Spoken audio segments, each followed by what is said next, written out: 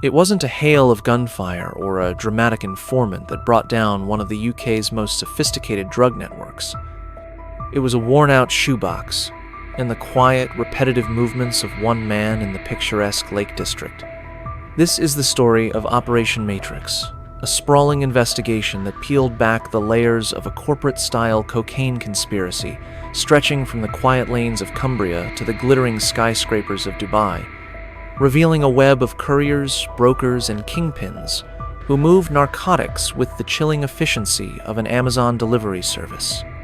In March 2022, the tranquil tourist town of Bowness-on-Windermere, known for its serene lake and rolling hills, became the unlikely ground zero for a massive police investigation. Local intelligence pointed to a 31-year-old man, Reese Barnes, who was purportedly dealing cocaine. On the surface, Barnes was unremarkable. No flashy cars, no overt displays of wealth, no violent reputation. But to the seasoned officers of Cumbria Police, his pattern was quietly screaming. Late at night, Barnes would drive alone to a small, unassuming storage unit behind a rusted gate. Covert surveillance was established, and what the police witnessed was a ritual of quiet precision. Barnes would enter and exit the unit, always carrying the same plain, worn-at-the-edges shoebox. The contents were not old trainers. Hidden cameras installed by the officers confirmed their darkest suspicions. The box was packed with tightly wrapped kilogram blocks of high-purity cocaine. This wasn't street-level dealing. This was wholesale distribution. When officers eventually raided the lockup in Barnes's home, they found more cocaine, packaging materials, and, crucially, a ledger. The numbers inside revealed a staggering turnover in the hundreds of thousands of pounds. Barnes was moving more product than he could ever handle alone. Realizing they had stumbled upon a significant operation, Cumbria Police reached out to the Northwest Regional Organized Crime Unit, NWROCU, and Operation Matrix was born. Investigators knew Barnes was a cog, not the engine. He was being supplied, and the key was to follow the chain of command. Surveillance led them away from the lakes to the quiet, cameraless country lanes of Cheshire. Here, Barnes would meet his contact for silent, ruthlessly efficient handovers. A bag of cash, typically around 30,000 pounds, was exchanged for a kilogram block of cocaine with little more than a nod. The man on the other end of the exchange was 62-year-old Stephen Stockall from Weaverham, a man already known to law enforcement. Stockall was an established player, previously convicted for his role in a major heroin importation.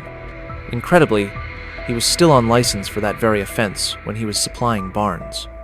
On the 3rd of February, 2023, officers made their move, stopping Stockall's car on the M56 motorway. A search revealed a small amount of cocaine, but the real prize was at his home.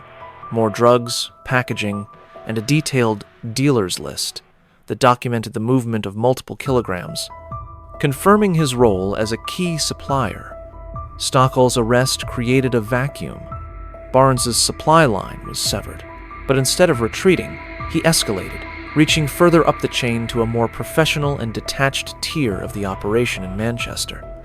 This is where the police encountered the ghosts of the network, men who brokered deals worth millions without ever touching the product.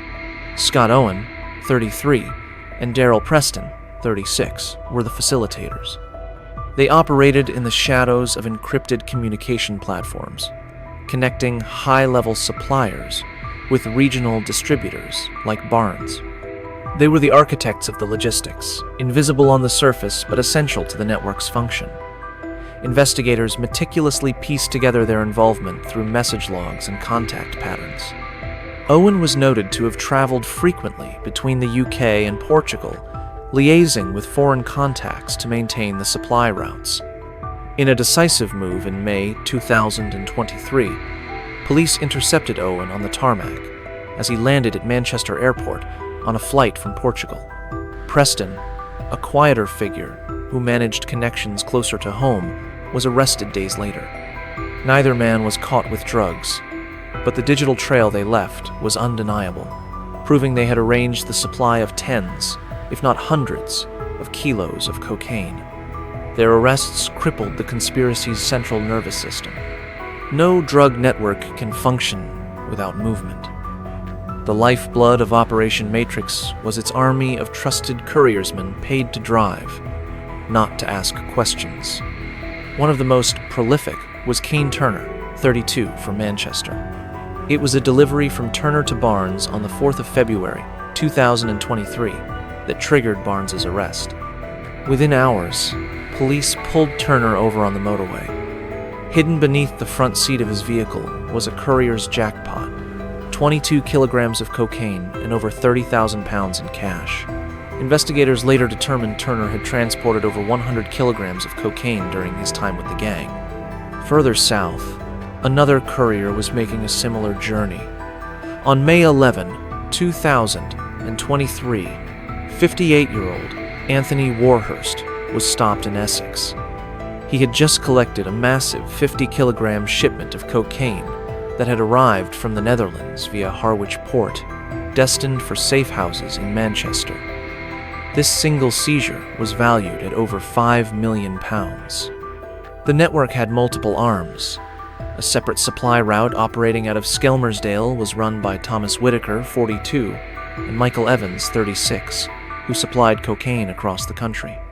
Evans was arrested during a drop in Cardiff with 7 kilograms of cocaine in his vehicle.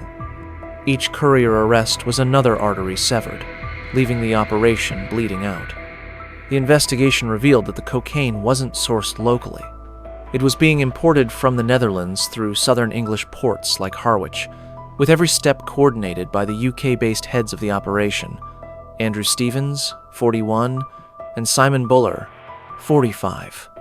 Described by police as the logistical heads, they used encrypted messages to dispatch couriers, sending postcodes and tokens, unique phrases, or codesto ensure the multi-million-pound handovers went to the right people. Their instructions, however, came from even higher up. Analysis of their devices showed they were working for senior criminals based thousands of miles away in Dubai. This was the cartel's command and control center.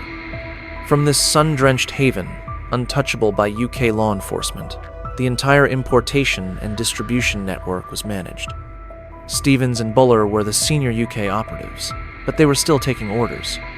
As police delved deeper into the financial architecture of the conspiracy, one name kept surfacing in encrypted chats and ledgers, a woman known as Barbie. Her real name was Magdalena Sadler, 30, and she was far more than a glamorous associate. She was, in effect, the cartel's financial director. In February 2024, Sadler herself transported 33 kilograms of cocaine from Harwich to a safe house, a portion of which was later collected by Kane Turner and ultimately delivered to Rhys Barnes. Following the arrests of key figures like Stevens and Buller, Sadler fled the UK, believing she had escaped. But her digital footprint was extensive. When she finally returned to the UK from Abu Dhabi, border agents were waiting. They boarded her flight at Heathrow and arrested her. She was found in possession of high-value designer watches. An examination of her devices was damning. She had helped coordinate the movement of hundreds of kilograms of drugs, including cocaine, cannabis, and ketamine. She tracked profits, stock levels, and deliveries with the precision of a corporate accountant.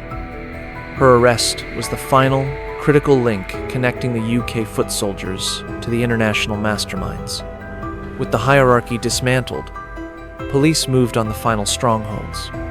In early 2024, they arrested Gary Gittins, 43, and Mark Knowles, 41, who controlled the safe houses in Wigan and Atherton. Over 175 kilograms of cocaine had passed through Gittins's home. Knowles's flat was used to store over 77 kilograms. The final reckoning came at Carlisle Crown Court. Over several months, the 13 members of the conspiracy faced justice. The prosecution laid bare the staggering scale of the operation, presenting a mountain of surveillance footage, phone records, and forensic evidence. Presiding Judge Nicholas Barker described the network as an Amazon-style delivery model for Class A drugs, highlighting its cold commercial efficiency. The sentences reflected the severity of the crimes. Andrew Stevens, a UK head, received the longest sentence of 20 years. His partner, Simon Buller, was jailed for 15 years and 2 months. Magdalena Sadlier, the financial manager, was sentenced to 14 years. Brokers Scott Owen and Darrell Preston received 14 years and 6 months and 11 years and 6 months, respectively.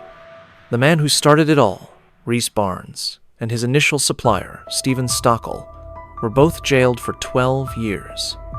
The couriers and other facilitators, including Kane Turner, 8 years, 8 months, Anthony Warhurst, 9 years, 8 months, Thomas Whitaker, 12 years, and Michael Evans, 6 years, received significant prison terms. The safe housekeepers, Gary Gittins and Mark Knowles, were jailed for 7 years and 6 months, and 4 years and 10 months. In total, Operation Matrix resulted in prison sentences exceeding 140 years, dismantling 3 interconnected organized crime groups. It was a landmark success, proving that even the most sophisticated and far-reaching criminal networks can be unraveled, one shoebox at a time.